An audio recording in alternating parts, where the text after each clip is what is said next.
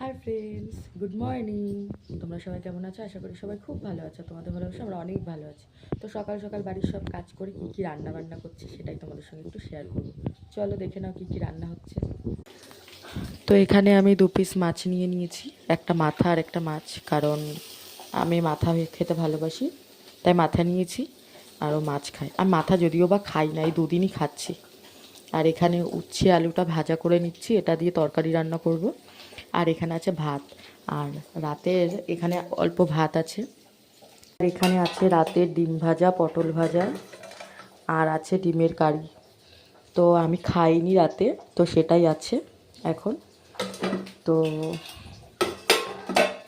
এখন রান্না হচ্ছে এই যে ভাত, এগুলো উচ্ছে আলু দিয়ে মাছ দিয়ে রান্না হবে এখন। তো দেখতেই পেলে আজকে কী কী রান্না হবে।